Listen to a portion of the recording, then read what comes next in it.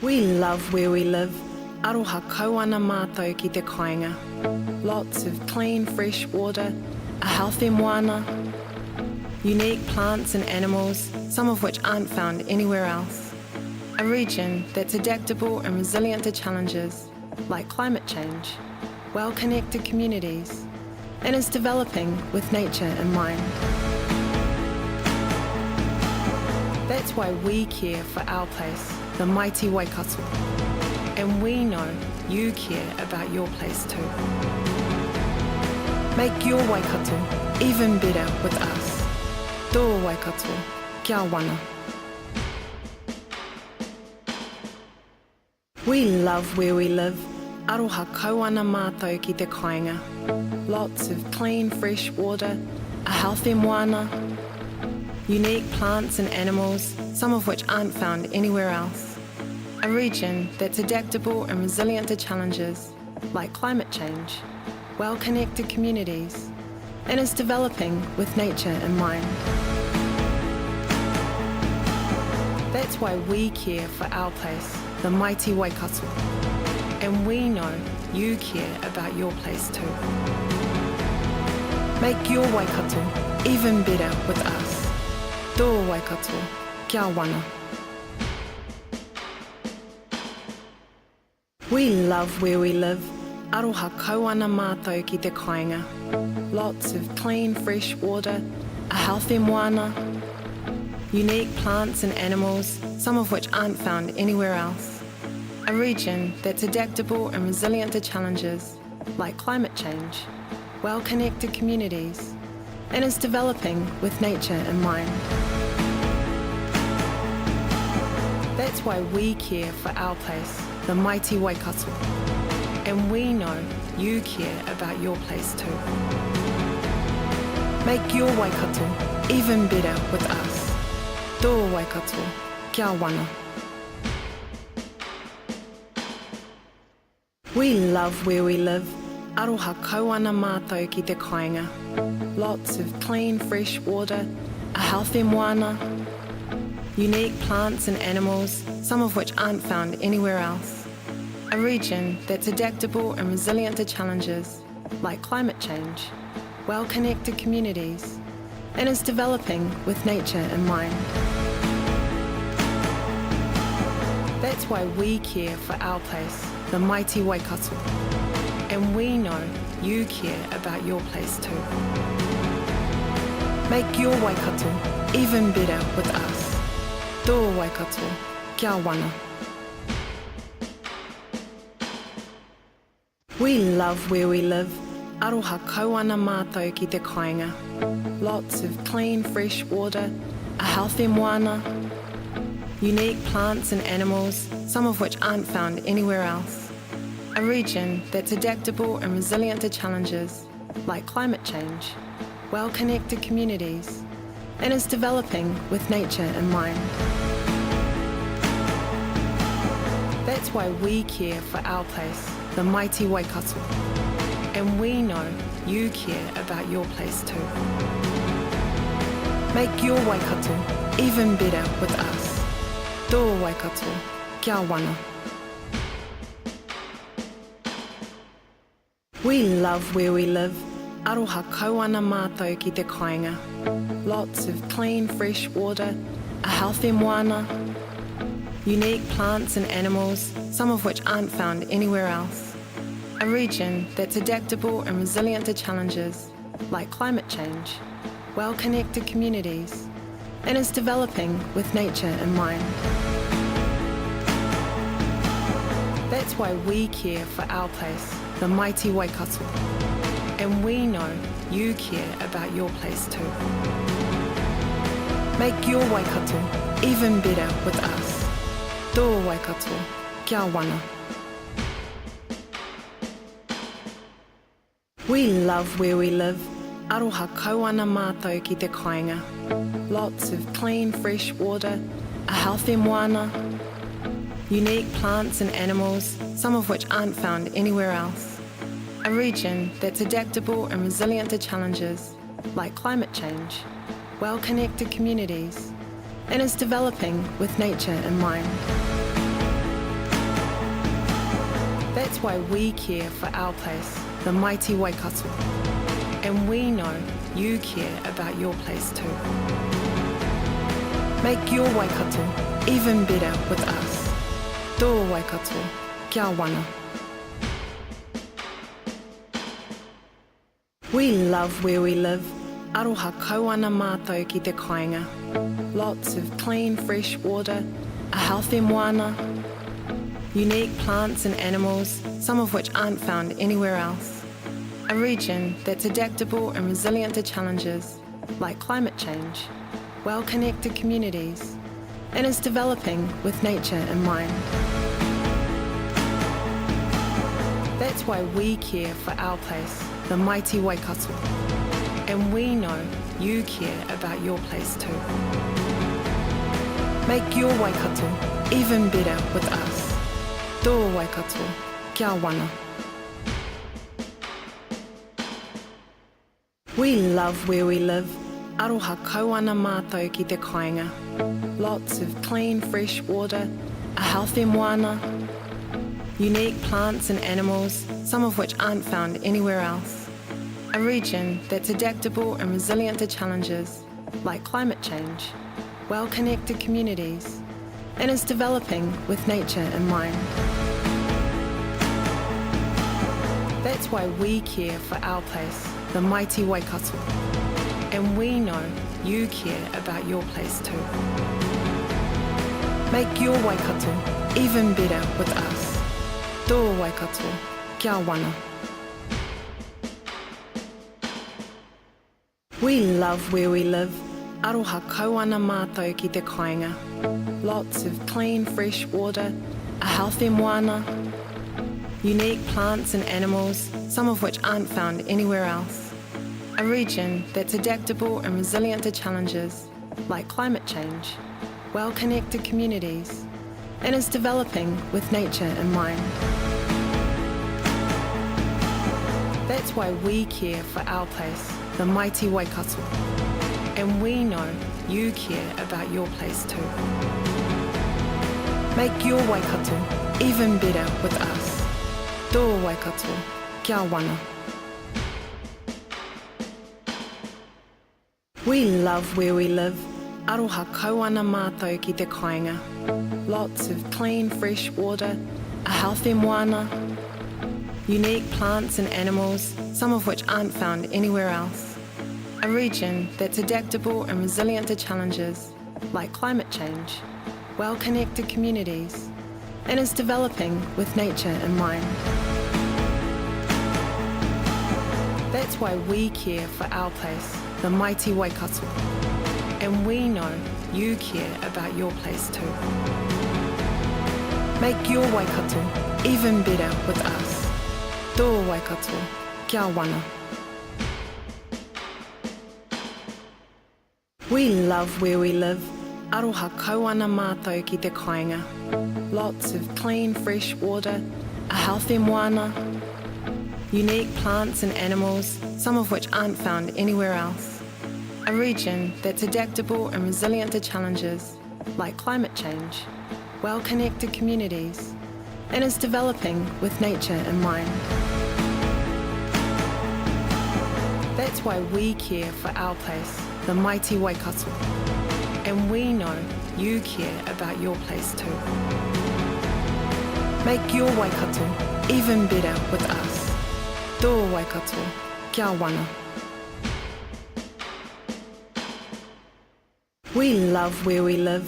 Aroha kauana mātou ki te kāinga. Lots of clean, fresh water, a healthy moana, unique plants and animals, some of which aren't found anywhere else.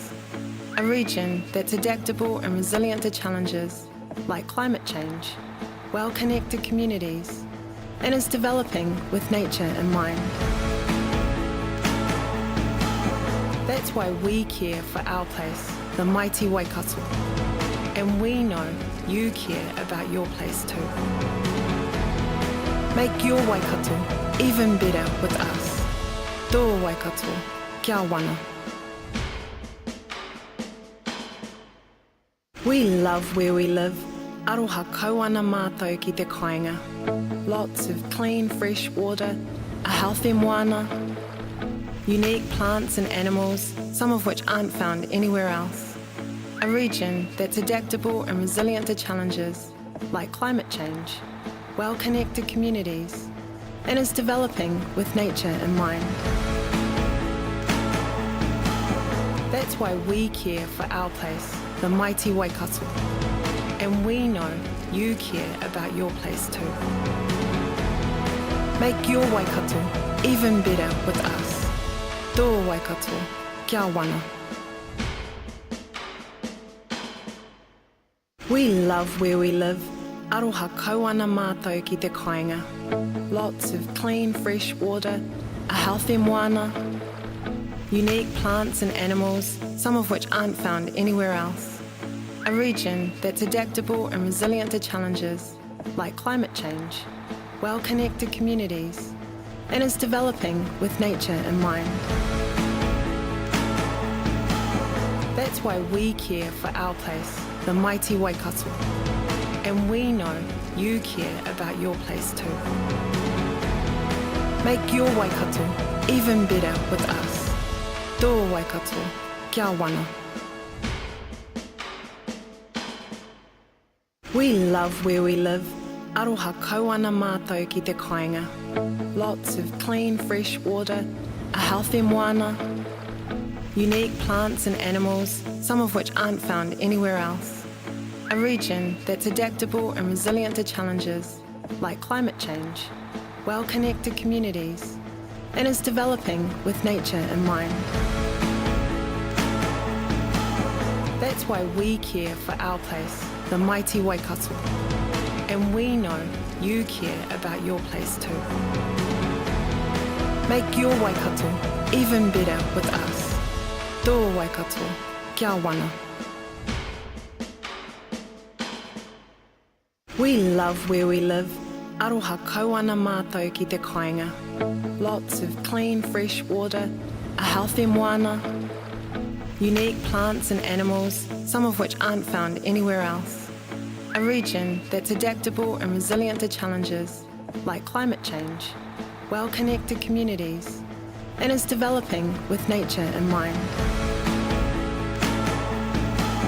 That's why we care for our place, the mighty Waikato. And we know you care about your place too. Make your Waikato even better with us. Tō Waikato, kia wana. We love where we live. Aroha kauana mātou ki te kāinga. Lots of clean, fresh water, a healthy moana, unique plants and animals, some of which aren't found anywhere else. A region that's adaptable and resilient to challenges like climate change, well-connected communities, and is developing with nature in mind. That's why we care for our place, the mighty Waikato. And we know you care about your place too. Make your Waikato even better with us. Tō Waikato, kia wana. We love where we live. Aroha kauana mātou ki te kāinga.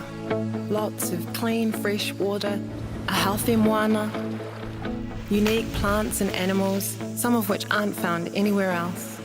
A region that's adaptable and resilient to challenges like climate change, well-connected communities, and is developing with nature in mind. That's why we care for our place, the mighty Waikato. And we know you care about your place too.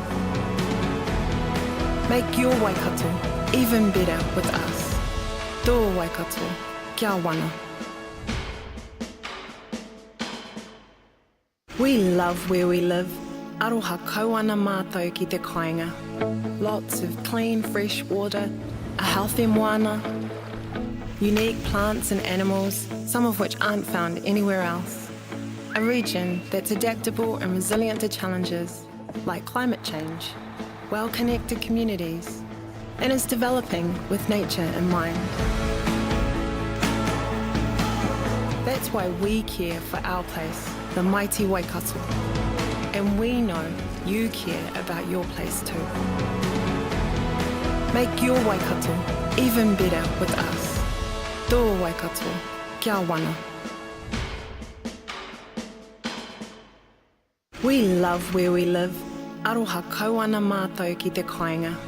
Lots of clean, fresh water, a healthy moana, unique plants and animals, some of which aren't found anywhere else.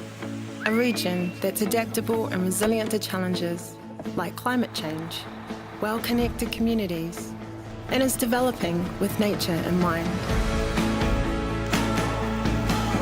That's why we care for our place, the mighty Waikato.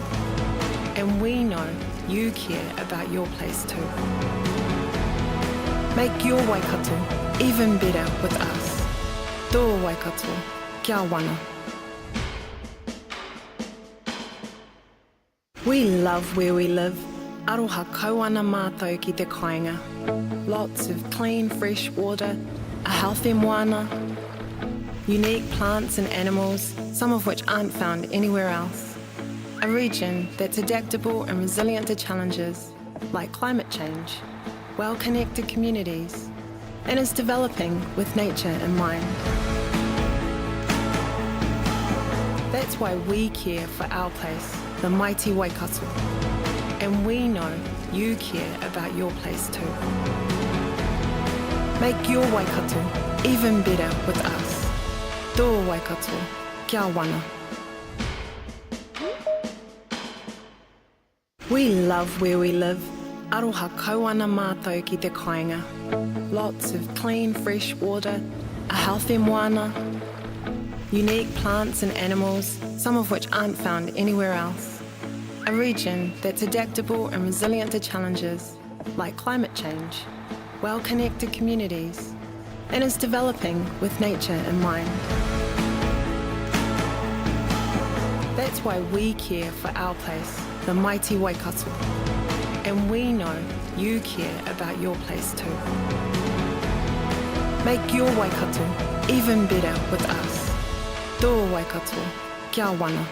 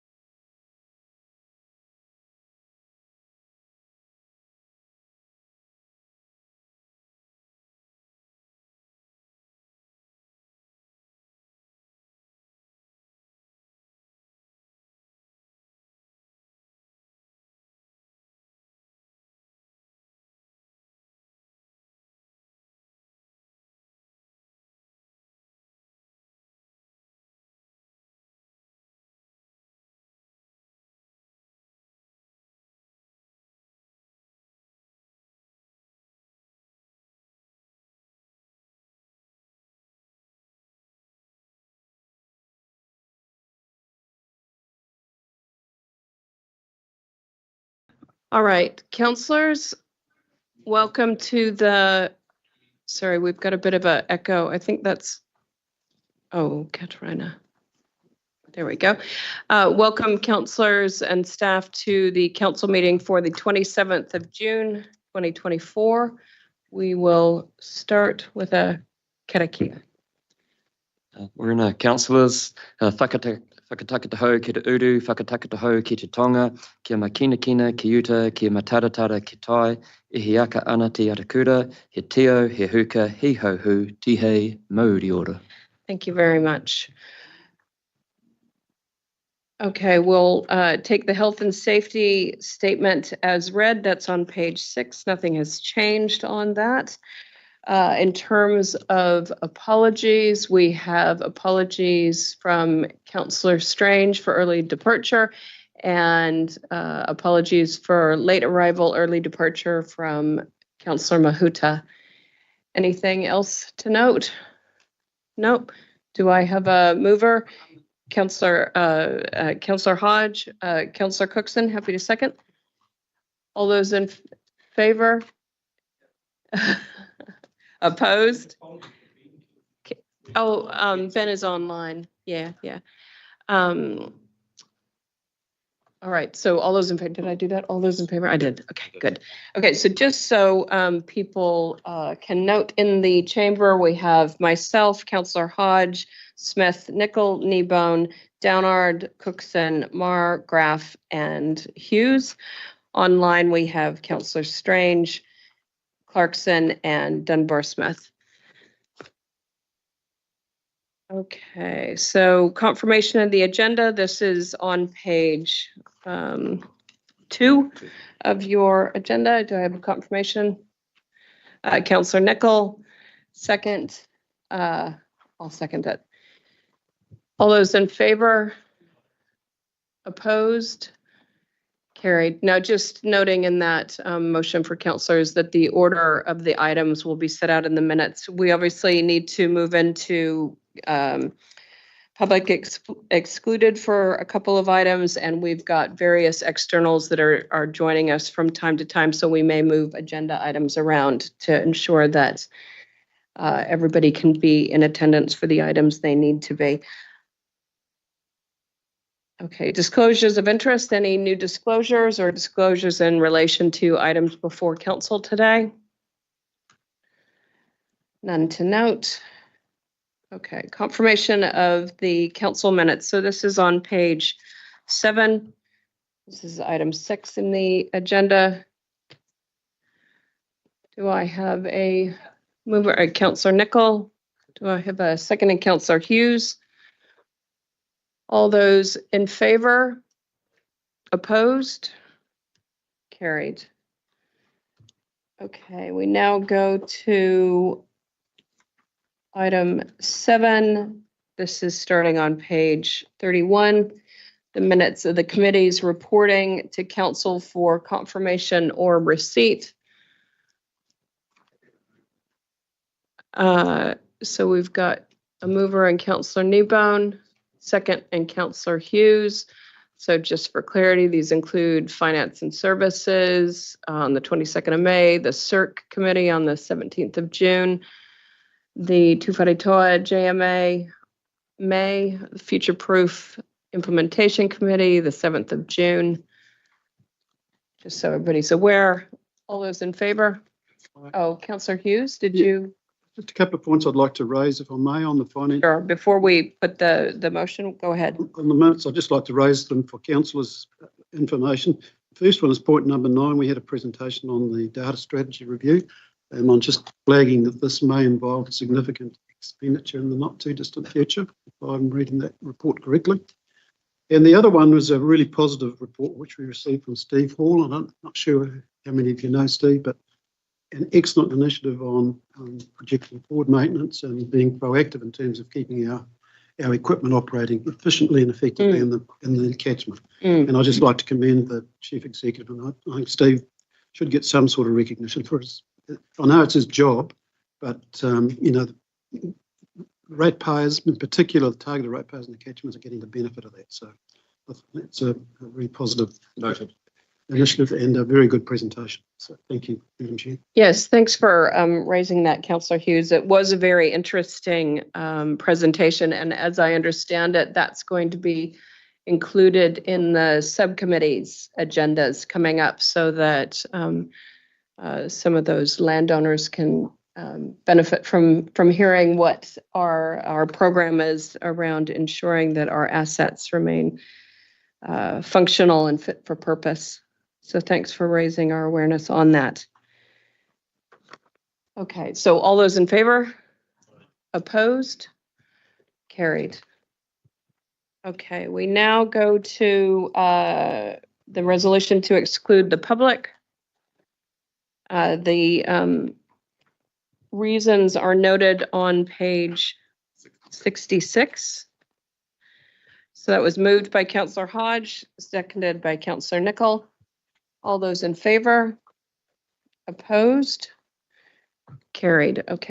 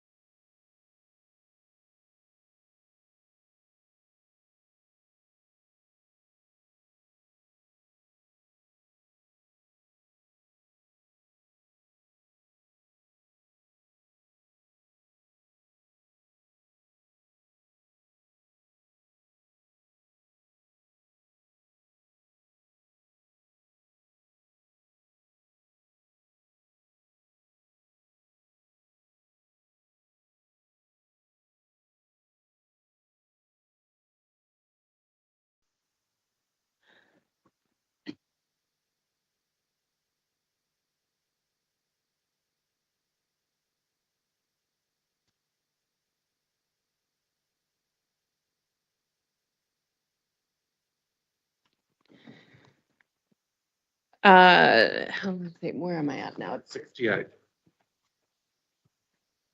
Just one moment. This is 10.1. This is on page 68, back into the regular agenda, page 68 on for our health and safety report. And we've got Stu Brown. Good morning.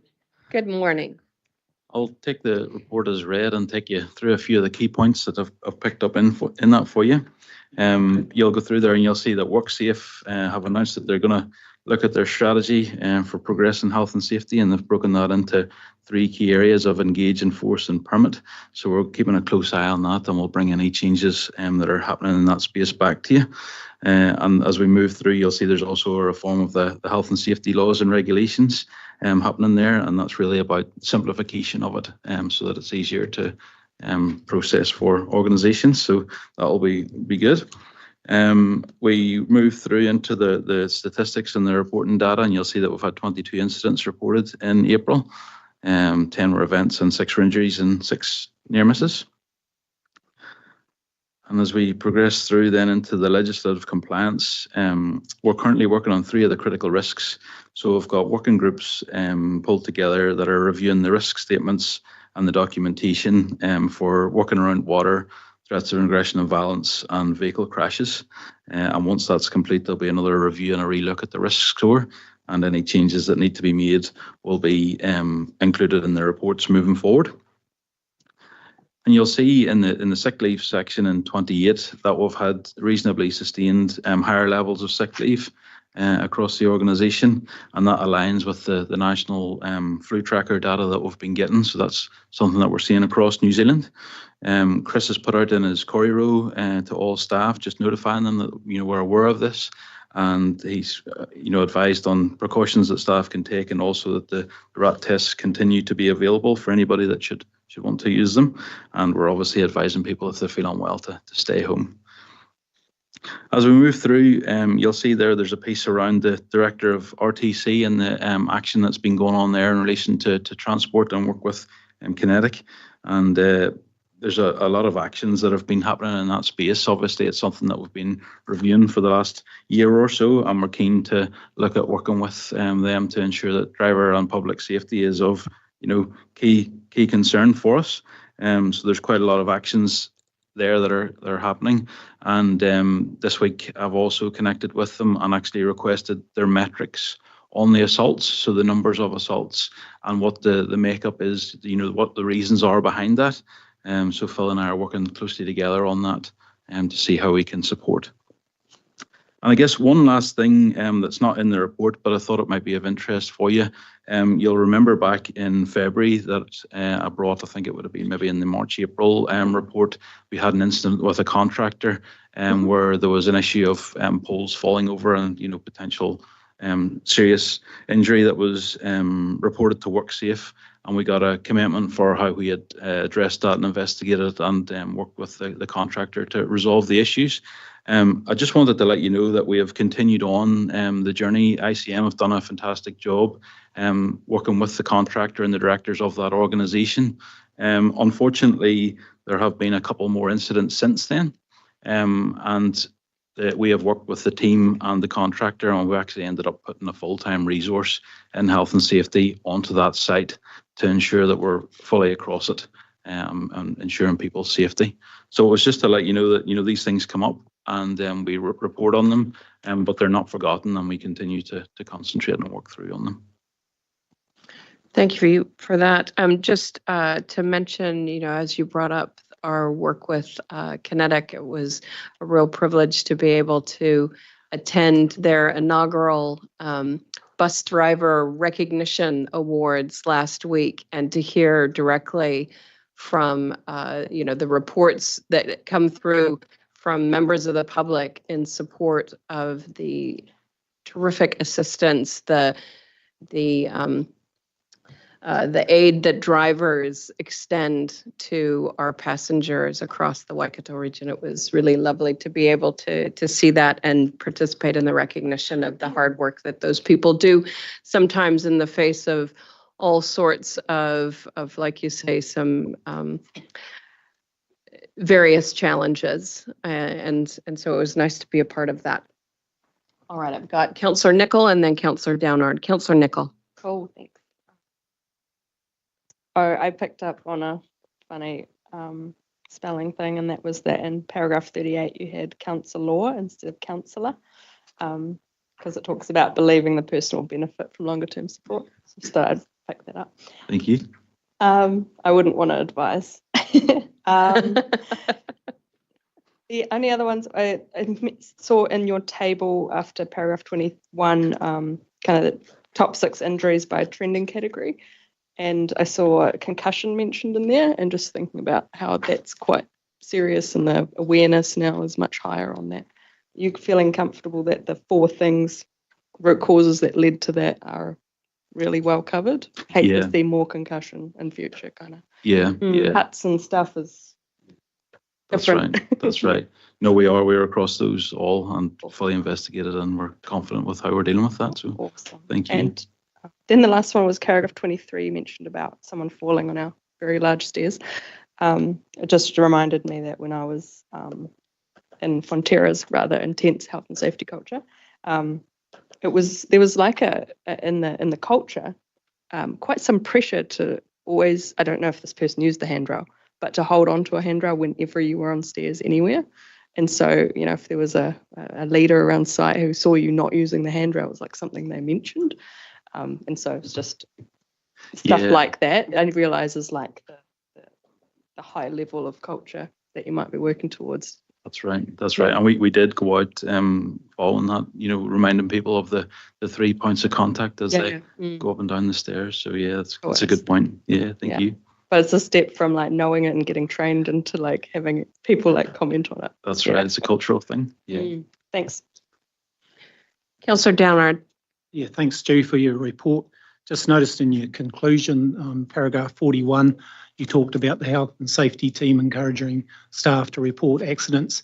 Near misses would be good as well, because it, you know, is just as important and, you know, shows staff are proactive or, you know, identifying or potential accidents and stuff like that. So yeah, just wondered how, have you got a register for the near misses as well? Yeah, we do. That's a great point. And I see that, I think it was out of the 12 this month, sorry, there were 6 that were near misses there. And we're pleased to see that that's improved. It can always be more. And it's something that we're talking to the health and safety reps about. And, you know, kind of, it's about the cultural side of things, you know, that people feel comfortable recognising when it's not just an incident that's happened involving an injury, but something that is a near miss. We're keen to hear about those so we can address them. So yeah, it's a great point. If I could just add, thanks for that comment, Councillor Downard, because actually reporting near misses is as important as reporting incidents. So we get the learnings of how we try and prevent injuries. So I just appreciate the comment. Yeah. Councillor Marr. Yes, Stu, has there been any update on the WorkSafe prosecution at the ports of Auckland and the CE? I haven't got that, but I can come back to you on it. Yeah, I just wondered if what the findings might have been. Thank you. Yep. Councillor Smith. In relation to your sick leave, my understanding is sick leave has been quite generous across the country with COVID, and that was to be suspended at some stage around about 1st of July, or it may have already happened. What is the organisation's attitude towards that sick leave with the likes of COVID going forward? Because people have a finite number of sick leave days, and through no fault of their own, such as getting in a car with a colleague, and spending the day with them and ending up with it. You know, it's not their fault, so to speak. So what's the attitude of the organisation to sick leave in that situation? Yeah, so we've got a great culture around sick leave, I would say. You know, we do follow the legislation and the government advice around when we had COVID. That's only the minimum. Yeah, that's right. An organisation can enhance that. That's right. We do have generous sick leave at 10 days, plus we have a sick leave bank, which we constantly, you know, every year that comes out and people submit to that. And we do support a number of people across the organisation to use that when they need to. So we're quite conscious of that. Nice. Any other, sorry? Oh, we've got a mover in Councillor Marr, a second in Councillor, oh, sorry, Councillor Downard. It was a mover in Councillor Downard. Councillor Marr, would you like to second? I'd love to. Oh, awesome. Great. All those in favor? Opposed? Carried. Thank you. Great. Hey, thank you, Stu. Much appreciated. It would be good to get that update on the Ports of Auckland. I think considering that our chief executive is the PCBU as opposed to councillors themselves. So really important that councillors remain cognizant of the weight that you bear on your shoulders, Mr. Chief Executive. Okay, we'll go to item 10.2. This is on page 75 of your agenda. The National Policy Statement on Freshwater Management 2020 Implications for Freshwater Policy Review and Confirmation of Forward Project Planning. Tracy, Director May. Thank you, Madam Chair. Morning, Madam Chair and councillors.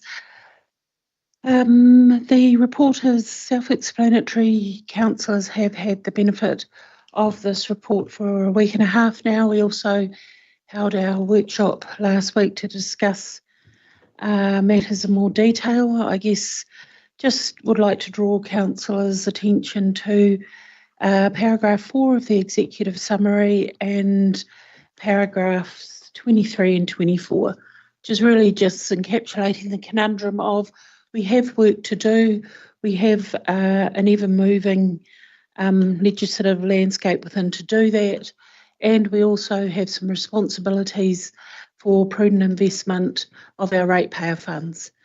We are not singular in the challenge that we are facing. It is faced by all our other regional councils who are all at differing places, I guess, in the freshwater program. The one thing I would like to just mention is our last agenda item today is a submission to the latest round of small changes to the Resource Management Act. It doesn't impact in any way this agenda item. I just wanted to make that very clear, Madam Chair, and that is stated quite clearly in paragraph 15 of the report. All right. Are there any questions from councillors? Councillor Kneebone. Oh, not a question, just thanks, Tracy. That legal, and of course we covered all this last week, but that legal review is quite comprehensive. And I've probably got more to say on this, our submission actually, but I'm happy to move the recommendations, Madam Chair. All right. We have a mover. Do we have a second? I'll second. Councillor Nicol. Any further questions or comments? All those in favor? Opposed? Carried. Thank you. Thank you, Director May. Much appreciated. All right, we now move on to item 10.3. This is on page 101 of your agenda. This is the approval of the Waikato Regional Land Transport Plan for 2024 to 2054. Do we have anybody speaking to this? Sorry. I suppose while Phil is making his way, Councillor Downard is the chair of the Regional Transport Committee. Anything that you would like to say to open us up? Just to the councillors, it was a robust process and had a very full committed committee on discussion, especially with the events that have happened, the weather events, COVID-19 over the last 3 years since the last one was done. We had a new directive come in with Phil and congratulate on him on picking it up and running with it. We weren't too far off with the late GPS and the ship that came out, so very pleased that we had a unanimous from the committee to bring it to council for approval. Yeah. Great. Phil, anything that you would specifically like to highlight for councillors? Other than my team are in the process of running down the stairs quickly to talk to you about it. Sorry, not we surprised you. We got ahead of schedule. You're a little ahead. Yeah. No, I don't think there's a lot more to add. This has been a complex process in the context of changing government direction. The Regional Transport Committee, from my perspective, has worked hard to understand that complexity and develop a plan that prioritises that regional programme really well, with a focus on resilience and on, interestingly, matters that are outside the urban area has come through really strongly. So a strong Coromandel programme of work, commitment to prioritising Bully Point works in Taupo ahead of national roads of national significance, for example. So it's been a very interesting process, and the committee's worked really hard to prepare this plan. Happy to answer any questions. Great. And after your jog down the stairs, is there anything you wanted to add? Are you in contact in 3 Nope. points? All good. Okay. I've got Councillor Nicol, then Councillor Strange, then Councillor Smith. Councillor Nicol. Thanks. Yeah, just well done to all the staff that worked on this. As councillors see, it's a massive piece of work. And the councillors and the people who submitted in the hearings, it's really a good effort. I obviously, with my Chair Climate Action hat on, I have a frustration that Phil and Nigel are all too well aware of. We're in a bit of a muddle because we know what we want for the region, and then we have a draft GPS that's going in an opposite direction with it, and we've tried our best, I can see, to merge the two, which has left us in a bit of a muddle, in that, you know, we're pushing really hard for that economic development, but we also want to get that emission reduction, and that's actually quite difficult to do two things at the same time. But I think that if the Regional Transport Committee were to get comfortable with that, with those nuances in that going forward, that'll be really good to work through and see how the best can be achieved with that. So overall, I think you've done really well to explain that conundrum, but there's a bit of work to do to get the outcomes, because otherwise we're just trying to do two things and running in two different directions and not getting there. So yeah, if I could just implore of you to get to know that conundrum, figure out how it's going to work with this draft GPS as it turns into a real GPS. Thank you. Great. Thank you. Councillor Strange. Yeah, thank you. Can you hear me okay? Yes.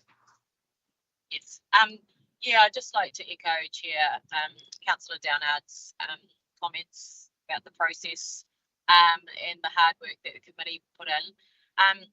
But also like to acknowledge staff and the amount of work that they've done over a long period of time to get us to this point as well. As Councillor Downard said, it was a unanimous support from the committee. So really pleasing result. Acknowledging the tension, as Councillor Nicol has mentioned, between the draft GPS and our regional priorities. I feel we've struck a good balance this time around, and I'm looking forward to where we go from here. Thank you. Happy to second if Chair Downard is moving it. Thank you. Great. And I suppose just along those lines, this is where that Carbon Plus framework can help us to achieve some of these goals, And as I understand it, that framework has identified some areas where we can offset the emissions associated with transport. And so there's, I suppose I'm just highlighting that it's nice when we have parallel pieces of work that help us to address some of the conundrums that come up in the pieces of work that come before council. So I think we've made it clear in the in the RLTP that we are somewhat at the mercy, or almost wholly at the mercy, of the funding that comes, and it's great to see the call outs for alternative funding models and all of that being worked through, because we know it's administratively difficult, as well as holding back our aspirations for what the community has said that they want for our region when those two things don't align. So well done on making the best of it. Thanks. Councillor Smith. Thank you. And I thank the committee for putting this together. I suppose mine's a little bit closer to home in the constituency that I represent.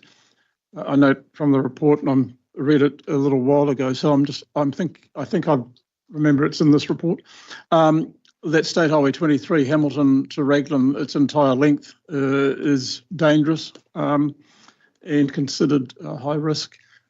State Highway 39 has also got a high level of risk in certain parts of it. My concern has been that the roundabout proposed at the intersection of State Highway 39 and 23 has made it to LCP 1 unfunded. I'm just wondering, and I can take this offline, but when is that intersection going to be built? We've had deaths on either side of the intersection. We had some idiot go through so fast that he hit a milk tanker coming the other way because he couldn't straighten up, and his death was 100 metres past the intersection quite recently. And we've had other workers, I think Higgins been prosecuted for workers at the moment, just further along the road.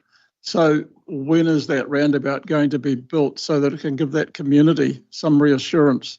How many people do we have to kill along that road? And that's probably a bit emotional, but having worked on behalf of that community for 17 odd years, it's time to see this funded. So when is it going to be funded, please? Through the chair, thank you, Councillor Smith. You mentioned potentially taking it offline. I can resolve to go back to NZTA and talk with the local area manager to identify where that sits in the program. I'm conscious it has been there for some time, and address, certainly knowing that the State Highway Investment proposal as it is still being considered for funding, but coming back to you on where that is programmed into the forward schedule. Councillor Downard. Madam Chair, I'd just like to say thank you to the democracy team, especially Dave, over this process, and LJ just making it a lot more smoother for both the hearings and the committee with agendas and organising the submitters, when we didn't have some turn up and ringing up last minute. So it really made my job a lot more easier by, what Dave did for me during the process of this long-term plan. So thank you very much. Very good. With that, we've got a mover and a seconder. All those in favour? Opposed? Carried. Well done, everyone. Thank you very much. Okay, we now move to item 10.4, the adoption of the 2024-34 long-term plan. So this is on, this is in the addendum on page 4.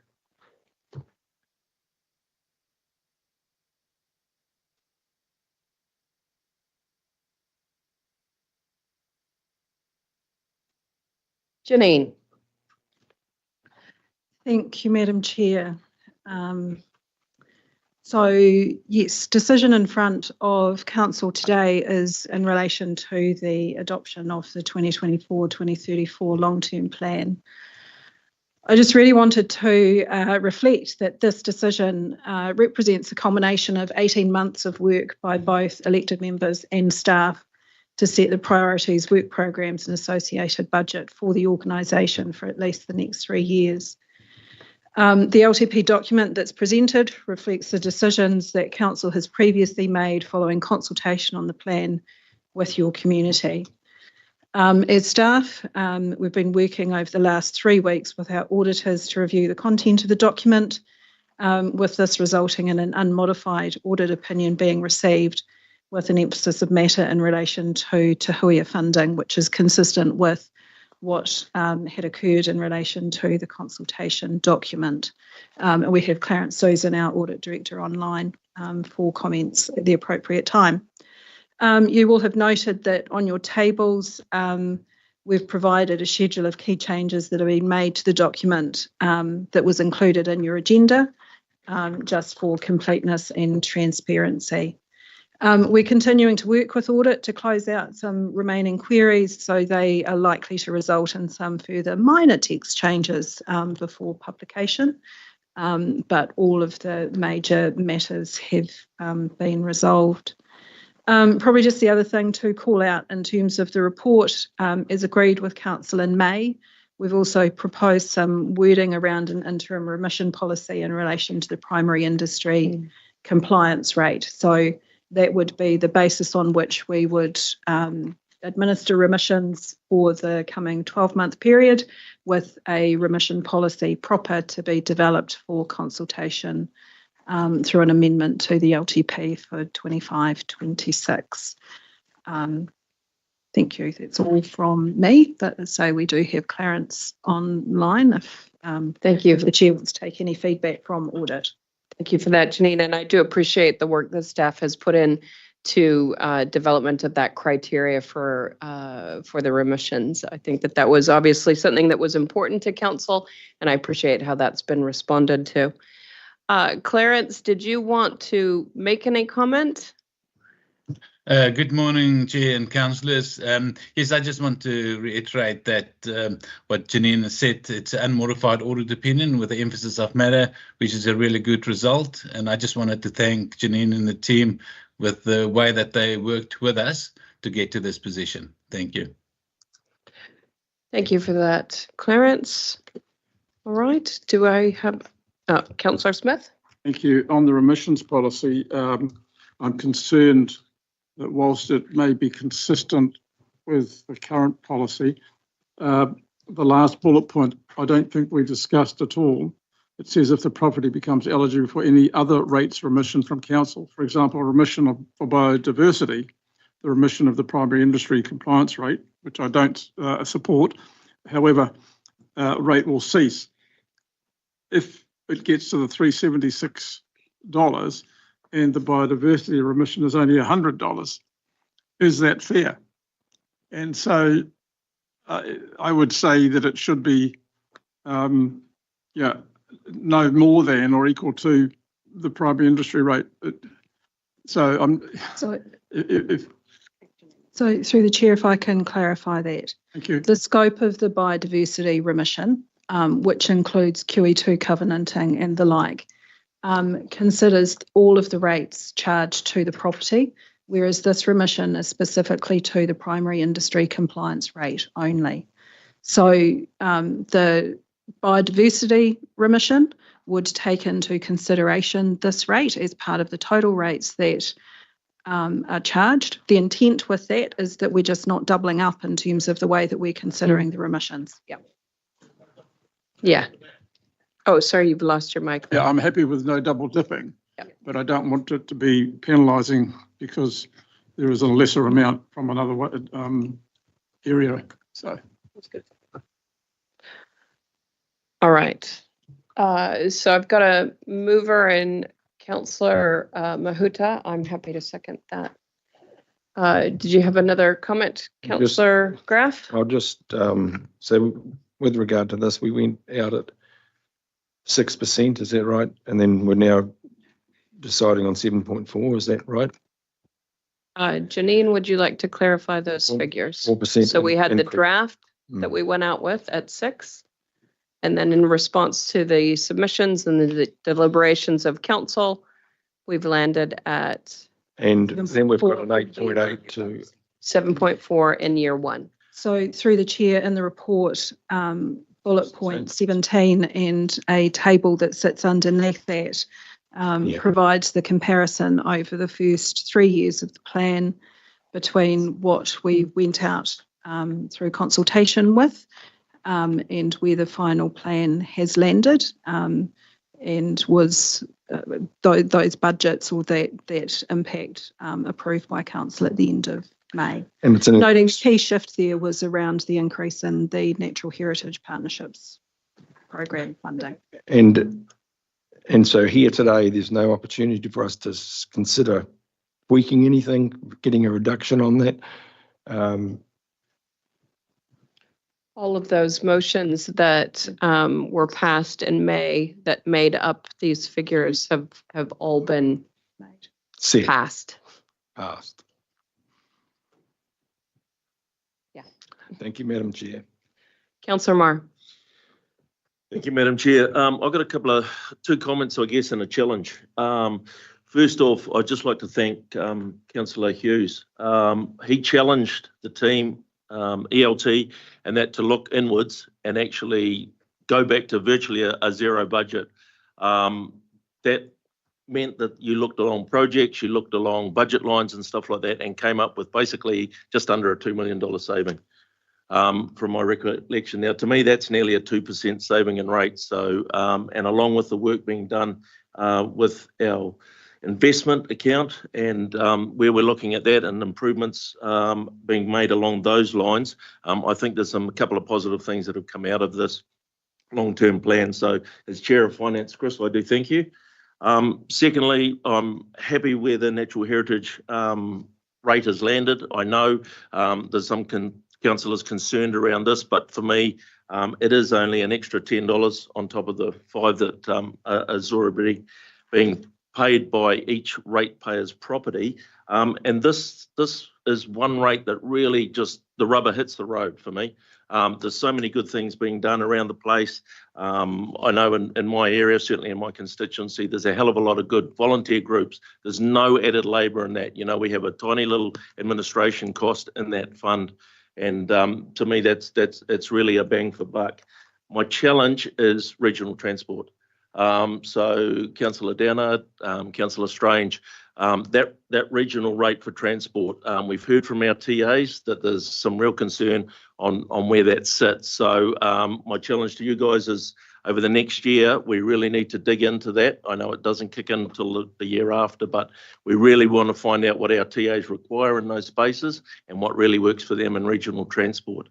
So I'll leave it there. Thank you. Councillor Smith. Thank you. Good words, Councillor Marr. One question.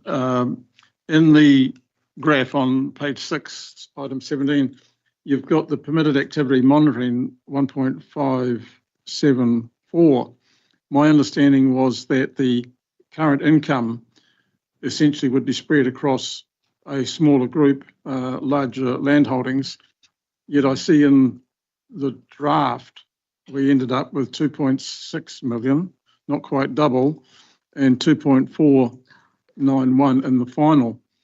So can someone explain to me, please, why we've reduced the amount of ratepayers but nearly doubled the figure when I understood that the cost was merely being moved from a large group to a small group?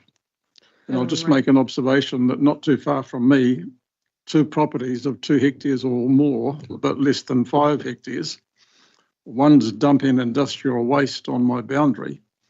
And secondly, another one nearby has got horses being break fed on slopes of around 60%. And below that is a waterway which feeds into the Waipa River. So I just won't accept that properties of 2 hectares to 20 hectares should only be looked at by way of a general rate, but I've lost that argument, so I'll move on. So coming back to my question, why have we nearly doubled the income when I thought we were supposed to be moving it sideways? Thank you. Thank you. So as I understand it, this is a reflection of the move from the industry. The primary, yes, so being part of general rate, through the right? chair, the permitted activity monitoring rate was solely for those activities under the permitted activity rules that we were monitoring. That was charged to properties 2 hectares and above. The other activity that's come into the primary industry compliance rate is the primary industry engagement activities that to date have been 100% funded through the general rate. So the new rate is a combination of those 2 things, which is why you see the figure being higher, with a transfer of some of that funding out of the general rate into that targeted rate. So there've always been those 2 elements to that program that is now funded through the primary industry compliance rate. Councillor Downard. Yeah, Madam Chair, I'll be asking for division and I'll be voting against this 10-year plan. And that's not to any detriment to the staff. I think the staff, out of all the workshops and the deliberations coming up for the draft plan, they listened to all the concerns of the councillors and came out with a 6%. I'm not happy that we've gone up to 7.4% through the deliberations and gone outside that. I owe it to my ratepayers that can't afford these ongoing rate rises. I know there is a balance between what we want to do in the community, and I did support biosecurity and biodiversity and the heritage rate. But then I did ask councillors through deliberations that would they be happy with what the staff recommended at the $8.68, which would bring down the rates into that 6% range. And unfortunately, I lost that call. So yeah, I'd just like to reiterate that I'm pleased with all the hard work that the staff done with this long-term plan, but I feel it's my responsibility to the ratepayers to vote against this. Thank you. Councillor Hughes. Thank you, Madam Chair. I'd just like to thank Councillor Marr for his kind words. Unfortunately, I can't take too much responsibility. It's the staff that have done all the hard work on this, and I'd like to, like the other councillors around the table, like to thank them for what they've done over the last 18 months. I know it's been a challenge for you, in particular, Janine. So I do appreciate the effort that's been put in and what you've delivered. However, we know that our current inflation rates are now below 3%, according to the latest statistics. I, like fellow councillors, were happy with a 6% we could live with that because of the impact of depreciation, and that is another discussion I'm going to have with Janine at another time, because that has a significant negative impact on the rural community, which effectively is inflating the total rate which we're looking at in front of us. So I was prepared to live with 6%. I've had the message given to me quite clearly from constituents that they're not happy that we've gone from what we went out on consultation with to 7.4, and therefore I will be voting against this resolution as well. But that's not a reflection on staff, that's just a reflection on where we sit in the community and where the current level of inflation is. Thank you. Councillor Kneebone.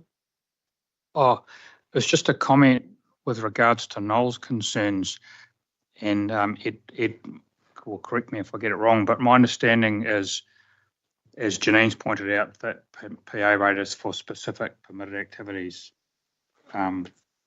regarding agriculture.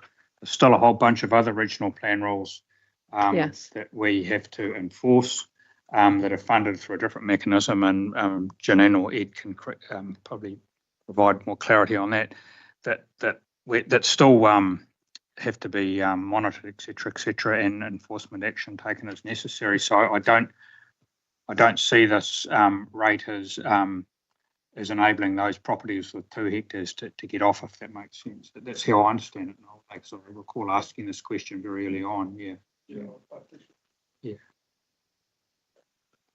For me, the issue is that, having done the sums, this paper doesn't reflect reality. It shows an average.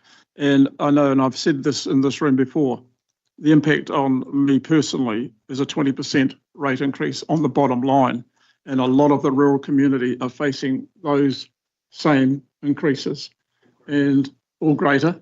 And it's quite honestly, I'm torn as to whether to support this or not, because I think we have not been equitable in our deliberations, and we should have considered a lot more. The reality is we need to put a rate in place by close of business today. We need it in place by the 1st of July. And I'm torn about getting a rate in place and supporting something that I don't totally agree with. There are many elements, like the natural heritage, the moving of the transport into the region. But again, echoing Councillor Marr's comments, we need to get that right because we didn't get it right in our consultation. And so there is a lot of work to do. And quite frankly, I think as councillors, we need to get together and talk about what we want to do and lead the discussion going into the annual plan next year, rather than reacting to a document that's brought forward to us by the Chief Executive. And that's not actually trying to show disrespect. The reality is we need to know that what we're doing reflects the community's aspirations. And I'm very much in favour of that. So being torn, I'm going to support this, and it's very reluctantly, I can assure you, because we need to have this in place. But I'll be working to alter some things in the annual plan going forward. Thank you. All right, we do have a mover and Councillor Mahuta, and I have seconded this. I would like to say that I'm really pleased with where we've landed on this LTP. We went out with a draft that was the lowest in the entire country. We worked really hard collectively over many, many months. This was not a document that was just put in front of councillors. This was a document that councillors had plenty of opportunity to provide input through various workshops. I believe our first workshop was May of last year, so 13 months of workshopping with this council to ensure that we went out with a document that we felt reflected the needs of the needs of our community, the concerns, recognized some of the concerns of our community, whether that was affordability or the need to continue to make progress on the things that we are tasked with delivering on behalf of this region. We listened to the feedback we got. We had a fantastic consultation with our community. There was so much positive feedback from various quarters about our level of engagement. And we listened to the feedback. We listened to the feedback with regard to the regional transport rate. And we've said, yeah, neither of those options were acceptable to our community. So we didn't adopt either of those options. We've said we're going to spend the next 12 months, as Councillor Marr has asked, engaging with our TA partners to ensure that we can put something in place that addresses the needs to coordinate our regional transport planning and funding. So I believe that we have listened to our community. We listened when the submission said that natural heritage partnership rate is important to us, that there is further action that our communities want to see, and that action requires funding to facilitate it. So I believe this council has responded. And we still, as I understand it, are in at least the lower quartile with where we're landing in terms of a rate increase, noting that is an average across the over 500,000 people that we represent by sitting around this table. All right, we have a mover and a seconder. There was a call for division, so I will leave it to you, Democracy Dave. Thank you very much. So we are voting on the adoption of the long-term plan as per the recommendations set out in the open addendum agenda on page 4. I'll call your names. Can you please indicate using your mics if you support, abstain or oppose the recommendations before us? Councillor Clarkson. Support. Councillor Cookson. Against. Councillor Downard. Oppose. Councillor Dunbar-Smith. Oppose. Councillor Graff. Oppose. Councillor Hodge.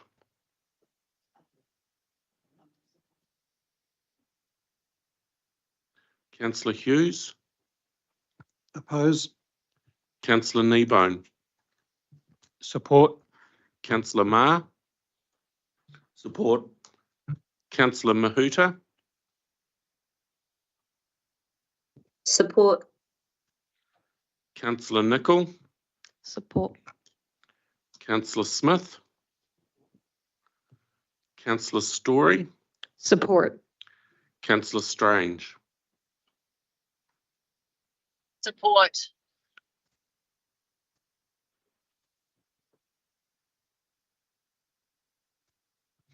The motion is carried 9 votes to 5. Thank you very much to all the staff who've, through, what was it, 18 months? Well done for seeing us through this process. Much appreciated. And also I appreciate the effort that all councillors put into to seeing this process through as well. All right, we now move on to item 10.5. This is the rate setting report.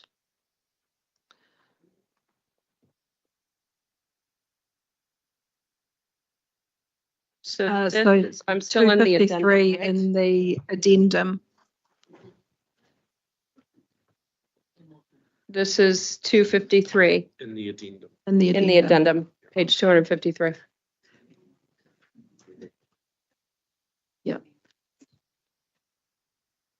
Sorry, Yeah. Janine. Thank you, Madam Chair. So this report should be taken as a whole in terms of being the rating resolutions that effectively give effect to the long-term plan that you have just adopted. So lots of numbers, lots of rating factors. This is how we actually get the bills out to our community. All right. Do we have any questions? Councillor Nicol? Yeah, just happy to move. It's the obvious next step from the previous resolution, which, you know, we have adopted. And I just wanted to mention something, which was the support for what our chair mentioned in the previous resolution of the hard work everyone did to put into this. I just want to make a comment that, you know, the law of averages was mentioned to the right of me by Councillor Smith. And the fact is that not every councillor will be very happy with everything, and that's the nature of council. It's the nature of 14 people coming together.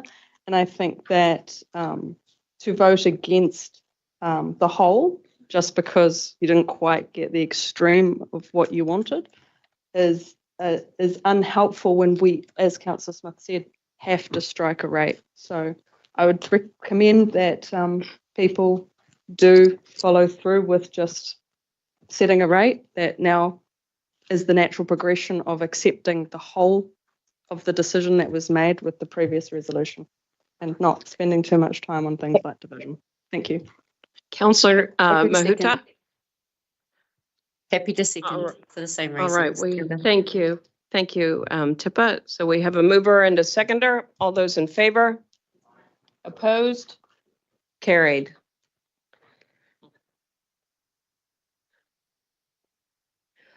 All right, we are now on item 10.6. This is on, so we're back in the regular agenda. 10.6, this is on page 257. The draft Waikato Biodiversity Accord 2024. And we have Alejandro Cifuentes, kia ora, Alejandro, and Angus, sorry. Kia ora. You've been in front of this council, I don't know how many times, I don't know why your name just escaped me there. Too many. All right, who would like to introduce this? Alejandro. Kia ora koutou, tēnā koutou katoa. Madam Chair and councillors, with me, as you mentioned, I have Angus Mackenzie from Place Group Environmental, who supported us in the development of the Accord. I will keep this introduction very brief, just to mention that the purpose of this item is to seek council approval on the draft Waikato Biodiversity Accord as a foundation document for further engagement and final engagement with the signatories. This follows on from the workshop that council had on the 11th of June, and we presented, as the team presented and briefed the councillors on the draft accord, the contents and how we got to the point where we're at now. Perhaps I'll just mention additional to what we had. So I prepared a couple of slides, but that's essentially just we can skip those in benefit of talking about next steps. The draft is now being refined through further work with iwi partners and stakeholder engagement. So we'll do this over the next couple of months. The lead for this work is Judy van Rossum, who's our specialist policy advisor for biodiversity. And there will be a work to do with a number of organizations that haven't yet signaled their support. We have many of the ones that are on that list that you see right there that have already signaled that they support the accord. Once the wording has been finalized, the accord will be signed and there will be a format that's more user-friendly, and then we'll have a way to sign the tool. Following on from the accord, staff will work on the development of the regional biodiversity strategy. So that will lay out the long-term vision for biodiversity. That's where a lot of the detail will actually be and how we can contribute to the vision. The strategy is essentially a community and stakeholder-driven plan for restoring biodiversity at a landscape scale. This is a result of direction from the National Policy Statement for Indigenous Biodiversity. Just for ease of reference, I'll direct you just so you know which documents you'll be looking at when you ask questions. You can find this paper, pages 257 to 269. The draft accord is in pages 261 to 63. There is a companion document that tells you the who, how, when, and what we discussed. Those are pages 264 to 267. And there is a neat little document that shows the key biodiversity issues for the Waikato region on pages 268 and 269.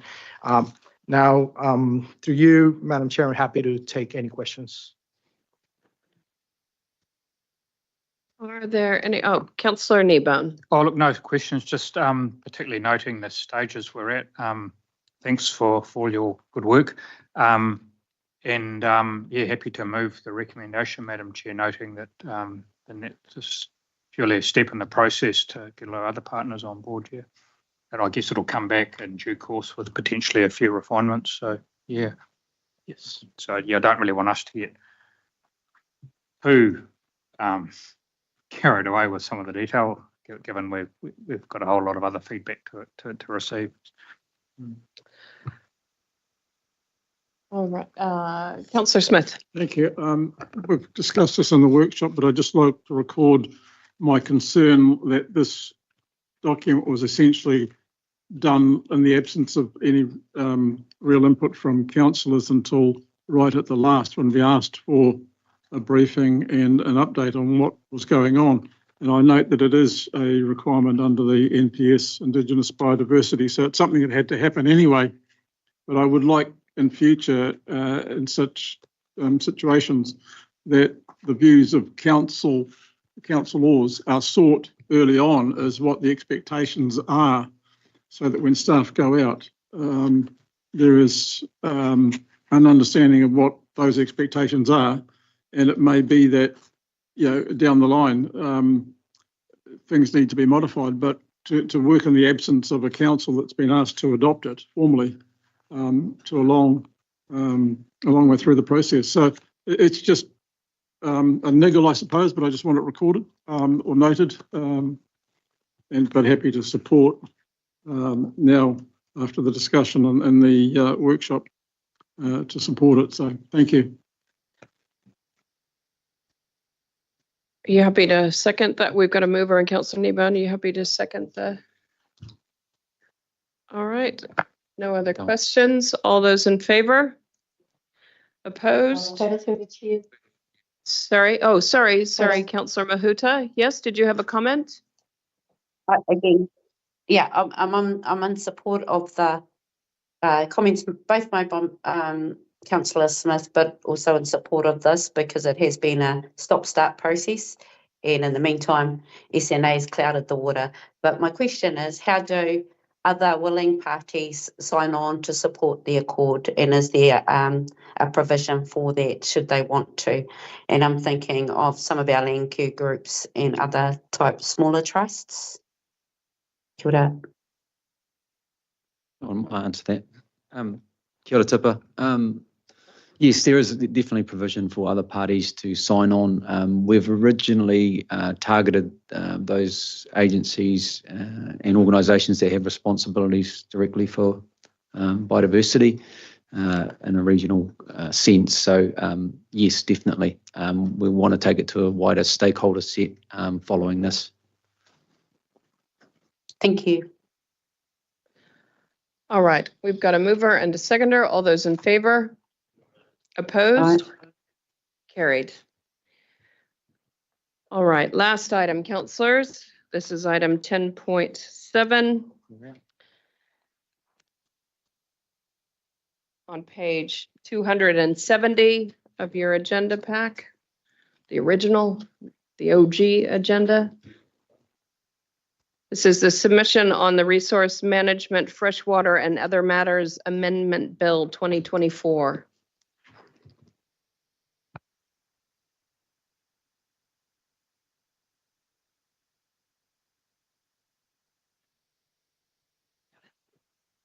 All right, we have Annika. Yes. Right? Yeah. Annika Hamilton speaking to this item. Yes.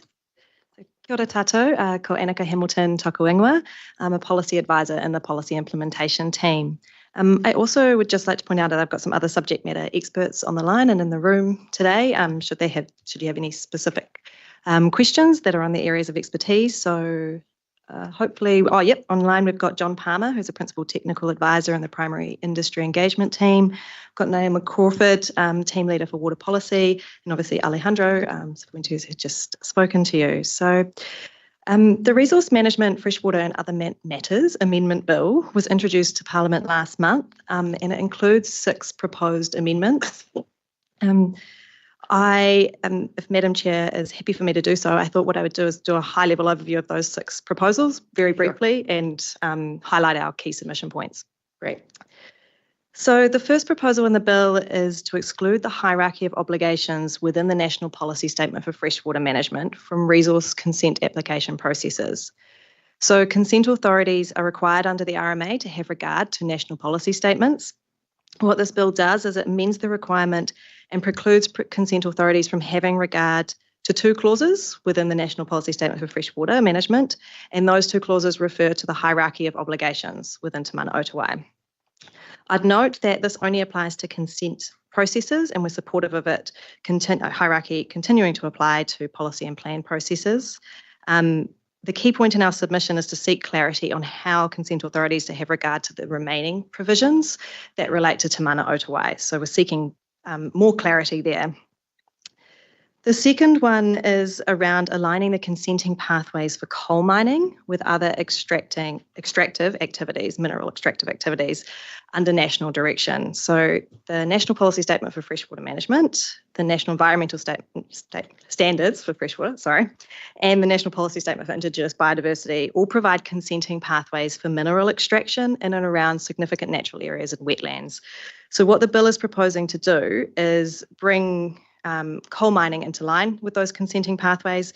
Currently, it's more limited and only applies to the expansion and operation of existing coal mines, but not new coal mines. In our submission, we are encouraging the government to fully consider and assess the impact of the proposal and how this relates to our international obligations. The third proposal in the bill is to amend stock exclusion regulations in relation to low-sloped land. So it revokes all references to low-sloped land in those regulations. And effectively what that means is removing the regulations for the exclusion of beef cattle and deer from lakes and rivers on low-sloped land. And it removes the regulations requiring the exclusion of cattle, deer, pigs from wetlands that are more than 500 square metres, unless they're subject to a couple of exclusions there. So our submission considers that these regulations should remain because whilst farm plans may provide a means of managing the activity responsibly, it considers that they're best supported by a regulatory backstop. But the key point here is just noting that the farm plan system is going through a review and it's really difficult to assess the effectiveness of this whilst we understand that's being reviewed. It's a similar story for the next proposal, which is repealing intensive winter grazing regulations in the National Environmental Standards for Fresh Water. So again, in our submission, we're just noting that the government signalled that the design of the freshwater plan system is likely to change. And until we know what that looks like, it's really difficult to assess and have confidence in whether that's going to be a suitable tool for dealing with this. The next one, so far, bear with me.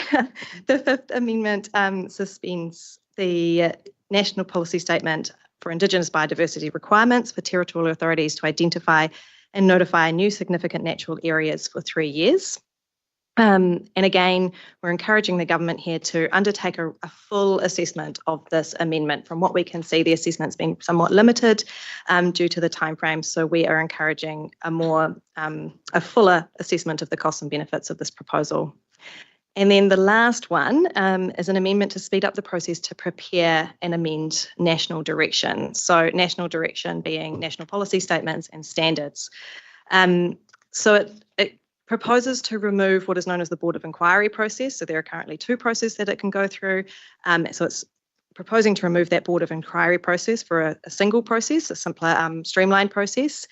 And it's proposing to remove the requirement for the government to prepare Section 32 and 32AA evaluation reports. So those are evaluation reports that go with developing those national directions.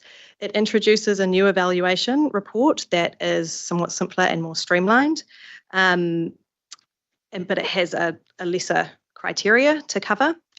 And it also allows the minister to make amendments to national direction in certain circumstances without going through full consultation if it meets a certain set of criteria. So our submission opposes the removal of those Section 32 and Section 32AA evaluations, considering it may be a less robust process and that we consider the assessments of costs and benefits are essential. We're also just cautioning against a process that results in a less effective consultation, highlighting the importance of consultation with local government and cautioning against any unintended consequences there. So that is a full summary. I'm happy to now. Thank you. Thank you for taking us through those. Councillor Kneebone. Yeah, no, thanks for this. Look, I think it's a good submission. There's actually a lot in there. It took me quite a while to digest it. And it just strikes me that the costs that are imposed on our council and other councils are quite significant from this, what appears to be not well thought out legislation. And particularly, I note that the one about the Section 32 and 32AA things, the government giving themselves, I guess, the right to put out new legislation without going through the same sort of rigour as what they ask us to do is it's just wacko. Yeah, it's quite insulting, really. Hey, Madam Chair, excuse me, sorry, Annika. I'm pleased that matter was picked up by Councillor Kneebone because we have, taking our cue from council feedback to the fast track approval bill, said, okay, how does it impact our council? There's a lot of technical matters, but what are the key issues for us? And the key issue is by the government giving itself some ability to not apply the depth and the rigour for introducing policy. I can see that in speeding up some of their processes, they may well be slowing down some of ours and also creating additional work that we have to do. And further, Annika's alluded a couple of times there to some of these proposals not being well thought out. And we know that some of the proposals are a challenge for Samiwi and Hapu, and from my perspective, that will likely manifest in our processes that we will have to navigate through, that the government no longer has to navigate through with national direction. From a governance perspective, I just don't think that's fair. We are already, on the back of some conversations we've had with council, we are already building a story around in reducing services. What are other government agencies asking us to pick up and saying to us it won't cost any more? Ultimately, there will be a cost. So I'm just making sure that we're raising these issues and asking back to those words, those unintended consequences, that we can't be sure of that our ratepayers may have to capture. Thank you for that. So happy to move, Madam Chair, and I just trust that the government will put the time into this submission and what's in there, because otherwise we're going to potentially be doing exactly what they're criticising us for doing half the time. Thank you. I've got Councillor Mahuta, then Councillor Hughes. Councillor Mahuta. I'm happy to second the submission. Can you hear me, sorry, Pamela? Yes. Oh. So happy to second the submission. I would also like to note, in seconding it, the huge amount of effort spent by iwi in this region, working with the RMA to again get to Te Ture Whaimana. It seems like a double bind because again we have to protect Te Ture Whaimana from the review of the same legislation. So happy with what's in the submission, but just note that there will be probably, I anticipate, action from other iwi on this matter as well, should there be any detriment. Kia ora. Councillor Hughes. Yeah, thank you, Madam Chair. If I understand this correctly, what the government is trying to do is to wind back faulty legislation which was passed in 2019. Which imposed all sorts of restrictions on farmers, not so much in the Waikato, but more particularly in Southland and the South Island, which were totally unworkable, unreasonable, and acknowledged as being the same, but nobody wanted to do anything about it. So what they're trying to do is to wind that legislation back. And anything that we do to oppose that, I think, is wrong. We should be accepting that these people have been elected to do a job. That's what they're on about. And let them get on with their job and not start to try and flag ourselves as being opposed to anything that's coming out of Wellington, because that's what I see is happening, and I don't support that approach. These people are smart. They've got farmers that have been involved in this process of amending legislation, and they're doing it for a good reason, and that's to support the communities in New Zealand who actually provide the wealth to allow us to live here. Thank you. Councillor Clarkson. Oh, sorry. Wait a minute. I've got, sorry, Bruce. That's I'm all not right. sure when Bruce came into the mix. I've got Councillor Marr, then Councillor Nicol, then Councillor Clarkson. Sorry, Councillor Marr. Thank you, Pamela. With the removal of the hierarchy of obligations for the MPSFM, Tracy, we talk about the potential to draw out the consent process and litigation and that sort of thing. Can you help me understand how that would come about? And you talk of confusion. Yeah, look, I'll take a first stab and then I'll pass to Annika. The MPS sets national direction. What it's got is the hierarchy of obligations there, being the health and wellbeing of water bodies and ecosystems first. Secondly, the health and needs of people, i.e. drinking water. Yep. And then thirdly, the ability of people and communities to provide the social, economic, cultural wellbeing.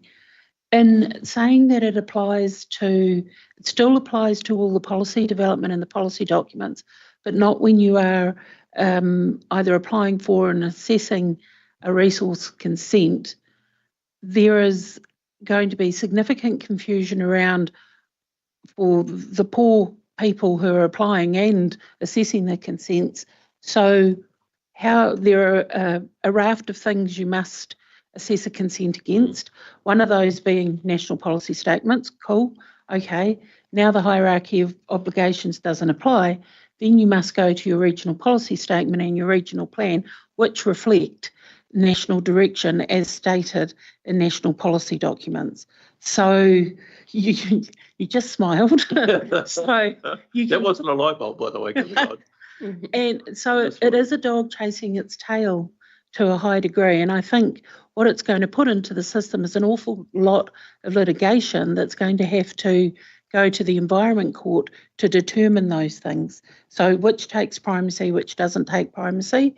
Similarly, in the Waikato Waipa catchment, we have Te Ture Whaimana anyway, which takes primacy. So does that mean we run into a dual process for 1/3 versus 2/3 of the rest of our region when assessing or applying for consents?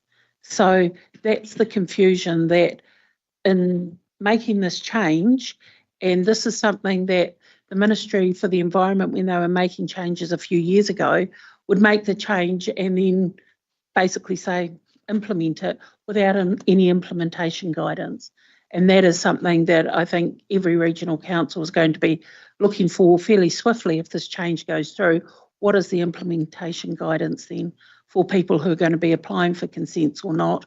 It will also make things a bit more challenging for, we know there are already a raft of people in the consenting queue for water that will have to be assessed under the legislation that assesses at the time of wherever their consent is at in the process. This kind of now says there's two systems.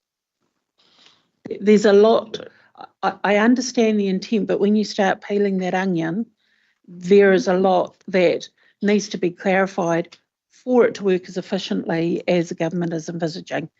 That hasn't been done with the haste at which this is put in. That's what we're really highlighting. So we don't seem to define a suggestion of what would look better in our submission, or what would be more practical for us as a consenting agency, I guess. So through you, Madam Chair, that could be additional, sorry, Madam Chair, if I can just have a bit of indulgence. So councillors, our chair and our chair of strategy and policy presented to the select committee with our fast track approvals bill. Now the feedback we had is that they were very responsive to the examples we provided. So I guess what I'm hearing from you, Councillor Maher, is if we could provide some of those examples that say, and this is the kind of clarity we're after, probably assist the submission. Thank you. Yep. Thank you. Councillor Nicol. Thanks for asking that, Councillor Marcus. I just wanted it clarified as well, but it makes perfect sense. In my previous role as environmental manager, I'd gotten to know that hierarchy when applying for consents, and that's what I needed clarified, because I do recall us putting the MPSFM into the RPS. And so I guess my feedback is great submission. I think that there are topics in it which have been quite political, but the submission itself stays very straight on, our strategic direction, our consistent messages that we're giving to central government all the time, and also very much focuses on the technicalities, the loopholes, the clarifications we need. Because to the point, Councillor Hughes was mentioning, I totally get the pragmatism and the intent, as Tracy just said as well. It's the flip-flopping in central government that creates these difficulties in legislation. And so that's what slows things down, because very clear, specific, unambiguous legislation allows things to fly through, yes or no, every gate. Whereas what we've got here is questions and people looking for things to open up litigation, basically, when something might be granted. And so I just want to say thanks to the team. Your expertise shines in here of just saying, we get what you're trying to do, but we need it to work for us. And ultimately, the more we can get central government listening to how local government is trying to implement this, the better. So just really supportive of the submission. Councillor Clarkson. Yeah, I'm very supportive of the submission as well. I like the way it's written. I accept the point that Warren's making about giving some examples. I think, though, that overall, when you take the collective number of elements of the submission, in many cases, if the proposed changes do occur, the net effect will actually be for our regional environment to be further degraded. You've only got to pick around in a couple of those examples, like the winter grazing one, and some of the others relating to coal mining. We have to be extremely careful that rushed legislation like this actually doesn't set us back on the track of further degradation of our regional environment. And so that's why I think the way this has been framed, the way it's been written, has tried to take a sort of a neutral approach, but to point out the potential perverse consequences. So I'm fully supportive of it. I think it's a job well done that could be improved by picking a few examples to show how you could fix the proposed change. Thank you. Councillor Smith. Oh, thank you.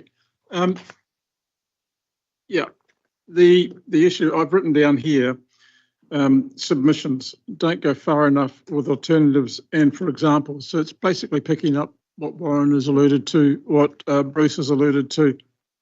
I also would like to pick up on an election that took place just over a year ago, or 9 months ago, where the government got a mandate and they went out as part of the parties involved in the current coalition received a mandate from the electorate to do this stuff because they campaigned on it.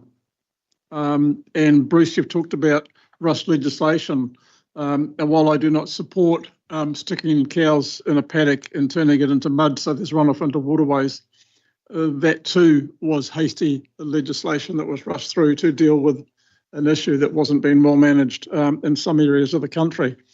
So again, I see merits in the submission, but I also see that the government have a mandate to do what they need to do. So I can only support what's here if we provide better examples with that. Otherwise, it's against really what the government has a mandate for. So we've got to remember that they have a mandate. They campaigned on it. So I'll leave it at that. Thanks. Madam Chair, look, we've taken on board that example approach. The reality is some of this has been pushed through in a compressed time frame as well. So I think that's something that we will work on in terms of when we highlight something, actually put a tandem example in along the way. From what I understand, we're likely to get another change to the RMA before Christmas. So what we will do is start building that cachet of examples when we see the signals that are looking at the provisions likely to change. One example we did put in here, and we will look for some dollars and some figures, is in removing some of the requirements. We're actually gazumping some of our investment, our co-investment that we've made with our landowners to protect some areas. So it's kind of undermining. So we'll talk to some of the guys and see if we can get those examples. If we're unable to get them because this darling needs to be lodged by Sunday, noting the country will probably stop at 5 o'clock today, we will be sure to bring those examples to the fore when we go to the select committee, because I think that's what definitely makes the change there. Councillor Kneebone. Just to wrap up, if that's right. Yep. Just sitting here and I can't believe how similar these conversations are to when we had with the last, like, different governments saying, we use the word stuff, but not use the other word, but that's effectively what it feels like. And we spent so much time trying to point out the issues and the loopholes and the faults in the previous government's legislation that was being rushed, and now we're kind of doing it again. Let's hope that we as a country learn from this process. Wouldn't that be nice? And I suppose that from my point of view, I understand that central government has a mandate. We also have a responsibility as councillors representing the Waikato region. And one of our responsibilities is to provide the insight that we bring with our local knowledge around these proposals that come out of Wellington, because it's all, we all know that that we write things and we think that they're the best thing since sliced bread. Sometimes it's that ground truthing, and that's what we provide as Waikato Regional Council. We provide that feedback, and as has been raised on a number of occasions, it's the unfunded mandate that lands on our lap and lands in the lap of our ratepayers, and that's what we're trying to provide some insight for this government on, is how their proposals will land for our ratepayers. So with that, I've got a mover and a seconder, and there have been some suggested alterations, so we will take those into account, and those will be signed off by myself and Director May prior to the lodgement on Sunday. Well, today. Today. Yes, we'll make quick work of it. All right. All those in favor? Opposed? Carried. Well done. Thank you, Annika, for your presentation and your report and your work that went into preparing that. All right, councillors. So that brings us to the end of not only our agenda, but in terms of this council, the end of our financial year. And so I just wanted to remind everybody of that we've been through our last 12 months, and I have Karen Bennett has provided me with a fantastic overview of all of the things that have been accomplished in regard to our strategic priorities. And I won't go through all of them, but just highlighting the number of submissions we've made to central government, including the one we've just done today. I believe we've had over, well, I've got 10 down here, so I don't know if today makes 11, but as well as all of the submissions that we've made to other authorities planning documents. As we have adopted today, we've set our 2024-2034 long-term plan, and our rates increases remain in the lower end of those proposed by the sector. I remind councillors that we went through the Te Korowai Council Mark assessment to look at the ways we might improve our efficiency and effectiveness as a council. And we look forward to seeing the action plans that fall out of that.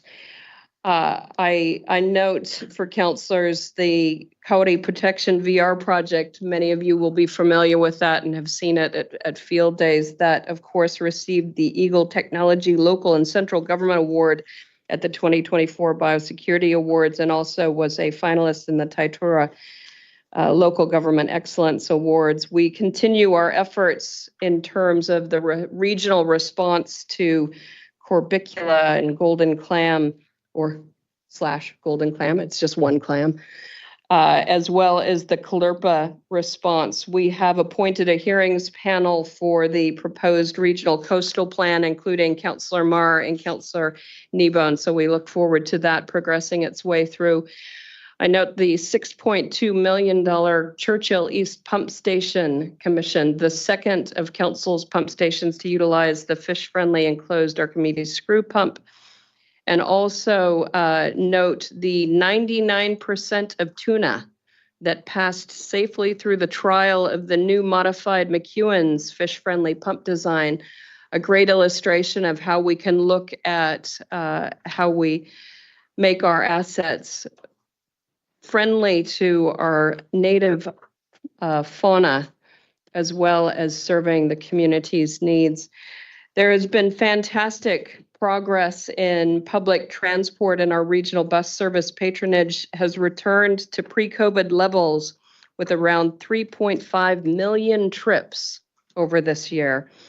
And our higher frequency buses in Hamilton, the Orbiter, Meteor, and Comet now make up 66% of all city bus patronage, reflecting that value in frequency and reliability in encouraging a change to our travel habits. I also note the continuation of the NZTA board funding for Tahuya through the end of its 5-year trial.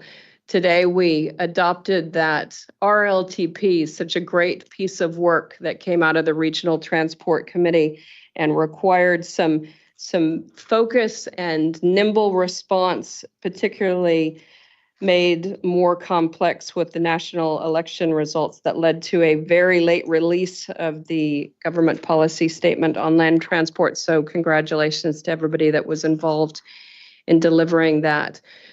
We note the continued growth of the community transport programs, and that all grant funding for the 2023-24 year was fully allocated, and we're seeing fantastic feedback from our communities as to how important those endeavors are in connecting up our communities. We also accomplished the regional energy inventory, and again in May adopted the new framework, the Ta'aki Turoa Nature Plus framework to help us offset those hard to reduce greenhouse gas emissions, particularly in our public transport space. So just wanted to run through a few, but I believe that Karen is going to put forward a report for council just so that councillors can be aware of the trajectory of how we are making movements forward in achieving our strategic priorities and the plans that we have put in place at the start of this triennium. So just wanted to highlight that for councillors as we go into our council recess for the next 3 weeks. I hope that everybody has some time to spend with their friends and their family. I hope you enjoy some time connecting with your community and reflecting on the positive impact that this council has had on our community over the last 12 months. So with that, we will close with a karakia. Thank you, Chair, and just want to also acknowledge the work that councillors have put in to helping us get to some pretty big milestones on the agenda today. Yes. So just close with the karakia. Unahia mai te uru tapanui, kia wātia, kia mama, te nākau, te tinana, te hinanaru, e te ara takatu, koe rā e rongo, e whakāria aki ki runga, kia tina, humiei, huiei, tai kie. Thank you very much, everybody. We'll declare the meeting closed at 12:30 p.m.